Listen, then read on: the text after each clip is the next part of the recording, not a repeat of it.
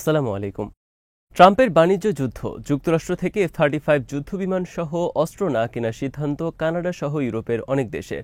রাশিয়ার হুমকি মোকাবেলায় জার্মানি সহ বিভিন্ন দেশের রেফালে যুদ্ধবিমান মোতায়েনের ঘোষণা ফ্রান্সের। ট্রাম্পের হুঁশিয়ারি উপেক্ষা করে ইসরায়েলে হামলা, ইয়েমেনের ভয়ঙ্কর যুদ্ধের সামনে দাঁড়িয়ে মধ্যপ্রাচ্য। নেতানিয়াহু ট্রাম্পের মধ্যপ্রাচ্য জুড়ে হামলায় রাতারাতি পাল্টে গেল বিশ্ব পরিস্থিতি। বাইডেন প্রশাসনের ন্যায় ট্রাম্প প্রশাসনও অভিহিত যুদ্ধবাজ হিসেবে। বিডিভিউজ ইনফোটেইনমেন্টে স্বাগত জানাচ্ছি আমি তাসনিম হোসাইন। আজ জানাবো আন্তর্জাতিক গণমাধ্যমে আলোচিত সংবাদ ও বিশ্লেষণ। বাণিজ্য যুদ্ধের ফলে কানাডা ও ইউরোপের অনেক দেশ বন্ধ করতে পারে যুক্তরাষ্ট্রের F-35 বিমান কেনা। যেসব দেশ যুক্তরাষ্ট্র থেকে অতিশয় ব্যয়বহুল F-35 যুদ্ধবিমান সংগ্রহ করেছে, সেসব দেশের সরকারের বিরুদ্ধে রয়েছে তীব্র সমালোচনা দেশগুলোর জনসাধারণের মধ্যে থেকে। এবার এসব বিষয়ে আমলে নিয়ে কানাডা ও ইউরোপের অনেক দেশ নতুন করে বিবেচনা করছে যুক্তরাষ্ট্র থেকে নতুন করে আর F-35 যুদ্ধবিমান না কেনার বিষয়। যুক্তরাষ্ট্রের F-35 যুদ্ধবিমান তৈরির অন্যতম অংশীদার দেশ কানাডা। কানাডার নতুন প্রধানমন্ত্রী মার্ক কার্নি মঙ্গলবার প্রতিরক্ষা মন্ত্রীকে নির্দেশ দিয়েছেন যুক্তরাষ্ট্র থেকে F-35 কেনার পরিকল্পনা বিকল্প খোঁজার জন্য। মার্ক কার্নি মঙ্গলবার অস্ট্রেলিয়া থেকে $4 বিলিয়ন মূল্যে আর্লি ওয়ার্নিং রাডার সিস্টেম কেনার ঘোষণা দিয়েছেন। পর্তুগালও যুক্তরাষ্ট্র থেকে F-35 যুদ্ধবিমান না কেনার কথা জানিয়েছে। কানাডার সাথে যুক্তরাষ্ট্রের সুসম্পর্ক থাকলে অস্ট্রেলিয়ার পরিবর্তে হয়তো যুক্তরাষ্ট্র থেকে সংগ্রহ করত আর্লি এয়ারবর্ন রাডার সিস্টেম। কেবল F-35 নয়, যুক্তরাষ্ট্র থেকে F-16 সহ আরও বিভিন্ন অস্ত্র কেনা বাতিল করতে পারে ইউরোপ সহ পশ্চিমা কয়েকটি দেশ। যুক্তরাষ্ট্রের একটি অন্যতম লক্ষ্য ছিল ইউরোপের সব দেশের কাছে F-35 বিমান বিক্রি করার। ইউরোপের বিভিন্ন দেশের কাছে এখনও সোভিয়েত ইউনিয়নের অনেক যুদ্ধ বিমান রয়েছে। যুক্তরাষ্ট্রের পরিকল্পনা, সোভিয়েত আমলের এসব বিমান অবসরে পাঠানোর পর সেখানে স্থান পাবে যুক্তরাষ্ট্রের বিমান, বিশেষ করে F-35। কিন্তু এই পরিকল্পনা নস্যাৎ হতে পারে ট্রাম্পের বাণিজ্য যুদ্ধ সহ পররাষ্ট্রনীতির ব্যাপক পরিবর্তনের ফলে। যুক্তরাষ্ট্রের পরিবর্তে ফ্রান্সের রেফালে, ইউরোপের যৌথ নির্মিত ইউরোফাইটার টাইফুন সহ অন্যান্য দেশের যুদ্ধবিমান সংগ্রহের চেষ্টা করবে তারা। একই সাথে নিজেরা যৌথভাবে উদ্ভাবন কর্মসূচি গ্রহণ করবে নতুন বিমান। মার্চ মাসের 12 তারিখ থেকে কানাডা ও মেক্সিকো থেকে পণ্য আমদানির ক্ষেত্রে 25% শুল্ক আরোপ করেন ডোনাল্ড ট্রাম্প। ইউরোপের বিরুদ্ধেও 20% শুল্ক আরোপের ঘোষণা দিয়েছে ট্রাম্প। এ নিয়ে যুক্তরাষ্ট্রের সাথে সম্পর্কের তীব্র অবনতি ঘটেছে অনেক দেশে। ট্রাম্প কানাডার বিরুদ্ধে কেবল বাণিজ্য যুদ্ধ শুরু করেই ক্ষান্ত হননি, বরং তিনি কানাডাকে যুক্তরাষ্ট্রের 51তম প্রদেশ পরিণত করার হুমকি দিয়েছেন। ট্রাম্পের এই হুমকি কানাডার স্বাধীনতা ও সার্বভৌমত্বের প্রতি বড় ধরনের আঘাত হিসেবে বিবেচনা করছে দেশটি। কানাডা ছিল যুক্তরাষ্ট্রের তৃতীয় বৃহত্তম পণ্য আমদানিকারক দেশ। যুক্তরাষ্ট্র এখন পর্যন্ত 1110টি F-35 যুদ্ধবিমান নির্মাণ করেছে। যুক্তরাষ্ট্র ছাড়া বিশ্বের 16টি দেশের কাছে বর্তমানে রয়েছে এই বিমান। এর মধ্যে রয়েছে Israel, Britain, Canada, Australia, Japan, Netherlands, Norway, Italy, দক্ষিণ কোরিয়া ও ডেনমার্ক। জার্মান সীমান্তে কৌশলগত যুদ্ধবিমান রেফালে মোতায়েন করবে ফ্রান্স। ফ্রান্সের রেফালে যুদ্ধবিমানে রয়েছে পারমাণবিক বোমা বহনকারী ক্রুজ মিসাইল ছোড়ার সক্ষমতা।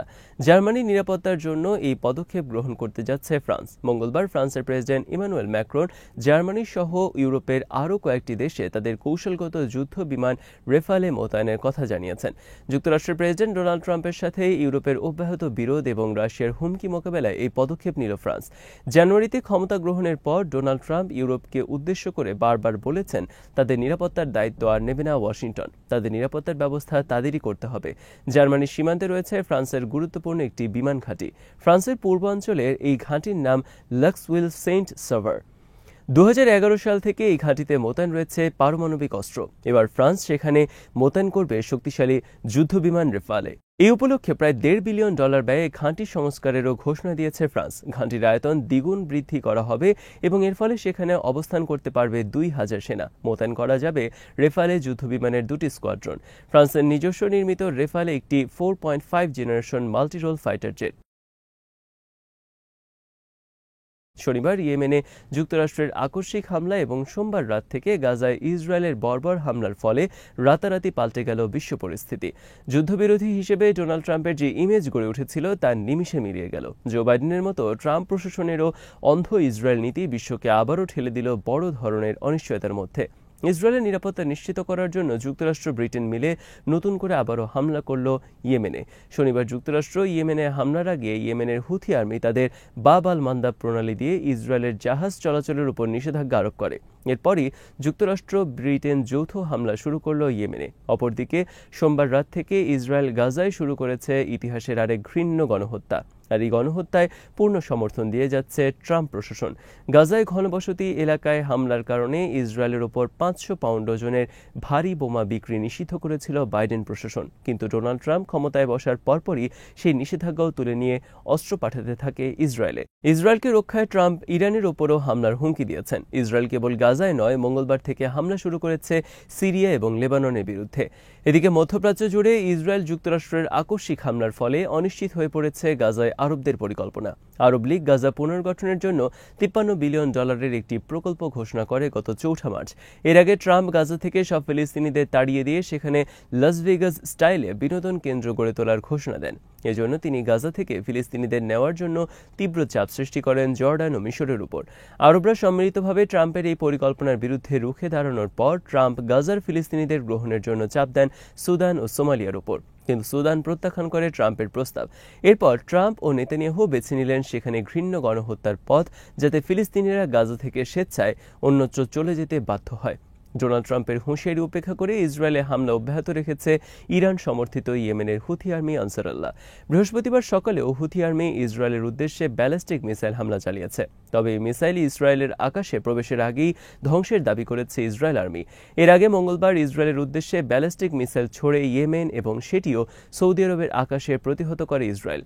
শনিবার যুক্তরাষ্ট্র ইয়েমেনে হামলা শুরুর পর ইয়েমেনের হুথি আর্মি দফায় দফায় মিসাইল হামলা চালিয়েছে লোহিত সাগরে অবস্থানরত যুক্তরাষ্ট্রের বিমানবাহী রণতরী হ্যারি এস ট্রুম্যানের উপর।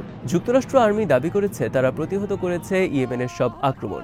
যুক্তরাষ্ট্রের বিমানবাহী রণতরী লক্ষ্য করে ইয়েমেনে হামলার পর ডোনাল্ড ট্রাম্প বলেছেন, ইয়েমেন যদি আরেকটি গুলিও যুক্তরাষ্ট্রের উদ্দেশ্যে ছোড়ে তাহলে তাদের পরিণতি হবে ভয়াবহ। হুথি বর্বরদের সম্পূর্ণ নিশ্চিহ্ন করে দেওয়া হবে। ইয়েমেনকে ইরানের সহায়তার বিরুদ্ধেও কঠোর হুঁশিয়ারি উচ্চারণ করেন ট্রাম্প। তিনি বলেন, ইরান যদি ইয়েমেনের হুথিদের সহায়তা অব্যাহত রাখে তাহলে তিনি ইয়েমেনের ন্যায় ইরানেও হামলা পরিচালনা করবেন। কিন্তু ট্রাম্পের এই হুঁশিয়ারি উপেক্ষা করে ইয়েমেনের হুথি আর্মি এবার সরাসরি 2 দফা মিসাইল ছুড়ল ইসরায়েলের উদ্দেশ্যে। এর ফলে গোটা মধ্যপ্রাচ্য বর্তমানে দাঁড়িয়ে আছে ভয়ঙ্কর এক যুদ্ধের সামনে। অনেকের আশঙ্কা যুক্তরাষ্ট্র অথবা ইসরায়েল যে কোনো সময় হামলা চালাতে পারে ইয়েমেনের বিরুদ্ধে, আর এর মাধ্যমে যুদ্ধ ছড়িয়ে পড়তে পারে বৃহত্তর পরিসরে। হামাস ইসরায়েল যুদ্ধের সময় ইসরায়েল যুদ্ধ শুরু করে লেবাননের হিজবুল্লাহর বিরুদ্ধে। বিভিন্ন দেশের পক্ষ থেকে বারবার আশঙ্কা করা হয়েছিল যুদ্ধ ছড়িয়ে পড়তে পারে বৃহত্তর পরিসরে। শনিবার যুক্তরাষ্ট্র ইসরায়েল মিলে মধ্যপ্রাচ্যে হামলা শুরুর মাধ্যমে মূলত তারা এই যুদ্ধকে বৃহত্তর পরিসরে ছড়িয়ে দেওয়ার সূচনা করল বলে মনে করেন অনেক বিশ্লেষক। আজ এখানে শেষ করছি। সমরাস্ত্র, প্রতিরক্ষা এবং কূটনীতির নানা তথ্য জানতে চোখ রাখুন বিডিভিউজ ইনফোটেইনমেন্টে। চ্যানেলটি ভালো লাগলে সাবস্ক্রাইব করুন, সংযুক্ত থাকুন আমাদের ফেসবুক পেজে। আল্লাহ হাফেজ।